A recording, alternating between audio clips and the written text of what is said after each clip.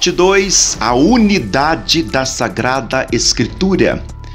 No final do Evangelho segundo Lucas, o último encontro com seus discípulos, Jesus lhes diz, abre aspas, estas são as palavras que eu vos falei quando ainda estava convosco. Era preciso que se cumprisse tudo o que estava escrito sobre mim na lei de Moisés, nos profetas e nos salmos. Então, abriu-se-lhe as mentes para que entendesse as Escrituras, e disseram-lhe, assim está escrito que o Cristo devia sofrer e ressuscitar dos mortos ao terceiro dia, e que em seu nome fosse proclamado arrependimento para a remissão dos pecados a todas as nações, a começar por Jerusalém. Vós sois testemunhas disso. Este é o registro de Lucas 24, 44 ao 48, na tradução da Bíblia de Jerusalém. Primeiramente, Jesus justifica o que aconteceu baseando-se nas Escrituras, o Antigo Testamento, e diz qual será o sentido delas. Mas onde está escrito que o Cristo deveria sofrer e ressuscitar, que em seu nome deveria ser proclamada a todos os povos a necessidade de conversão? Como que de forma paradigmática, este texto nos abre para a questão da relação entre o Antigo e o Novo Testamento, de um lado, e de como compreender as Escrituras antigas de outro. É necessário o Antigo Testamento para se compreender o Novo? O Novo pode explicar o Antigo Testamento? Para abordar essas questões, verificamos as linhas mais marcantes da história da questão, detendo-nos particularmente em dois polos: os dados do próprio Novo Testamento e de tendências que imediatamente se seguiram, e a situação que se configurou com o advento da exegese moderna. Esses dois momentos darão as coordenadas para uma adequada impostação da questão. A seguir, será tratado o tema da relação entre os dois testamentos e seu significado para a Igreja. A fé cristã surgiu do seio do judaísmo, sim, como espécie de grupo herético. Como os primeiros cristãos provinham do judaísmo, era natural que aceitassem o Antigo Testamento como revelação de Deus. Os escritos neotestamentários evidenciaram a importância dada ao Antigo Testamento e o modo como esses judeus cristãos o interpretavam. Não só por citações literais e alusões, mas também por procedimentos mais complexos do tipo midrástico, em que diversos tipos eram reunidos e impregnados de significados novos, próprios do anúncio cristão. Não só retornavam-se textos, mas eram-lhes outorgados significados novos que em si mesmo não apresentavam. Isto não deixou de provocar uma tensão com a interpretação puramente judaica que não admitia tais significados, o que aparece nas passagens neotestamentárias que deixam entrever um tom polêmico. Por exemplo, Mateus 21, do 42 ao 43, o capítulo 22, do 41 ao 46. Não bastava os cristãos, todavia, interpretar as profecias messiânicas judaicas como realizadas em Cristo. A novidade cristã exigia cada vez mais, uma vez que Jesus não se enquadra simplesmente nas profecias messiânicas que falavam sobretudo de um Messias triunfalista e dominador. Jesus se apresentava como Messias sofredor, morto na cruz, embora depois confirmado pelo Pai em poder. Romanos 1:3. Desta forma, além das passagens já tradicionalmente consideradas messiânicas, foram relidos outros textos, tais quais o Salmo 118, do 22 ao 23, que vai falar sobre a pedra rejeitada, e o Cântico dos Servos Sofredor de Isaías. O Novo Testamento atesta ainda outro procedimento, a colocação de Jesus em relação a toda a história de Israel, O discurso de Estevão em Atos capítulo 7 mostra como Israel foi em toda a sua história um povo de dura cerviz. Atos 7:51, que matou os profetas e, por fim, o Cristo. Atos 7:52. O discurso de Paulo em Antioquia, na Pisídia, Atos 13, do 17 ao 41, aponta Jesus como um ponto alto de toda a expectativa de Israel.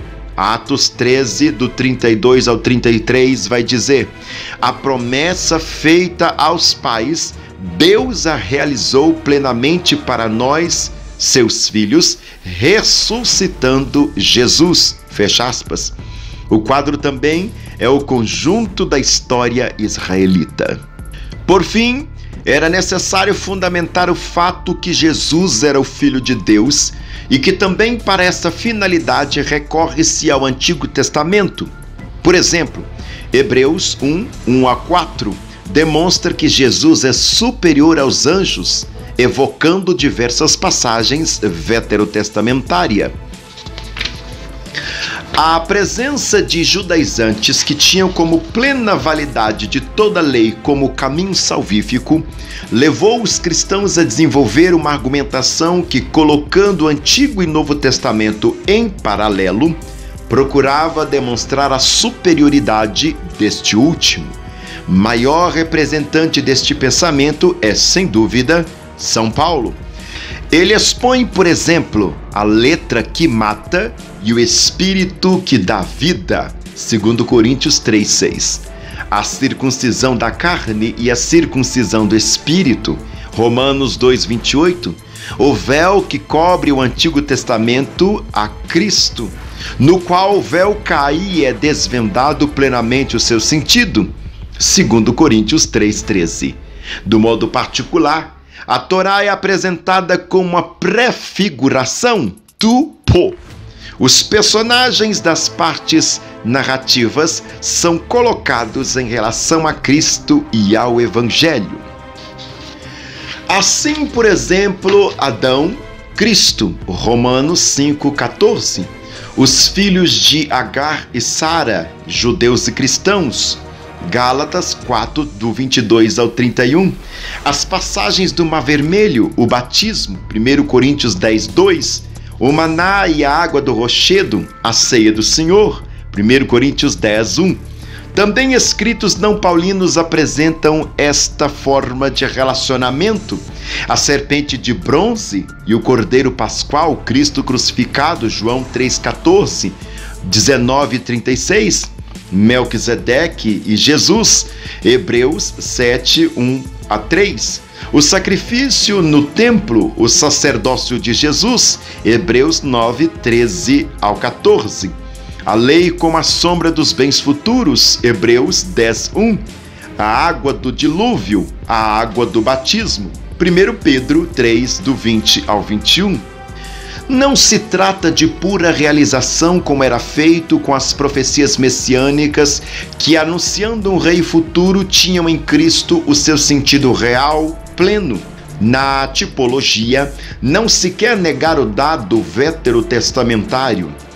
Ele não é eliminado, mas recebe um novo significado.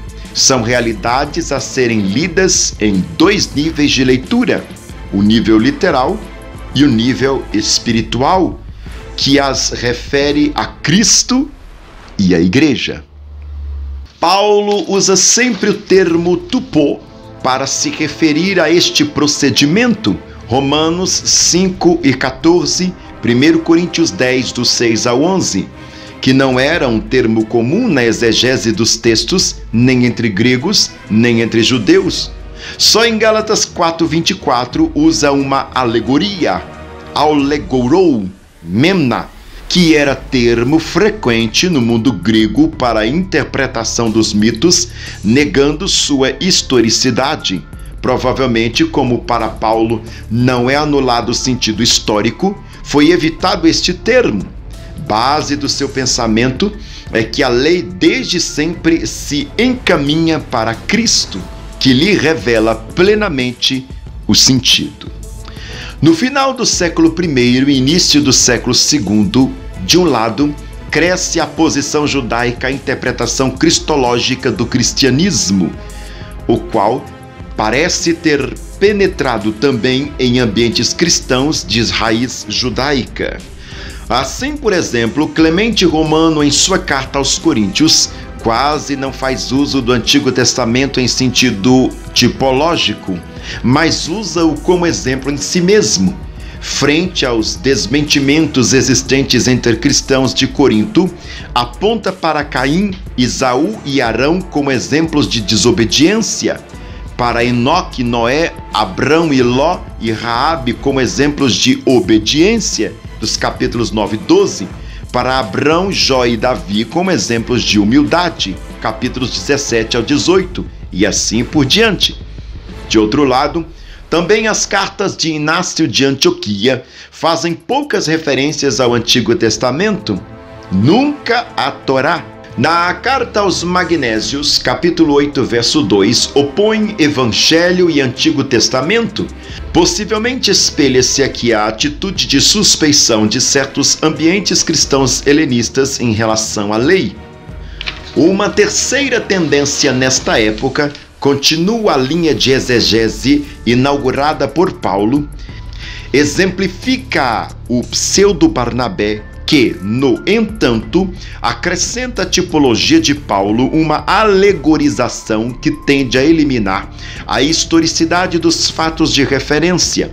Estas duas tendências, tipologia e alegoria, impor-se-ão na leitura do Antigo Testamento nas épocas seguintes.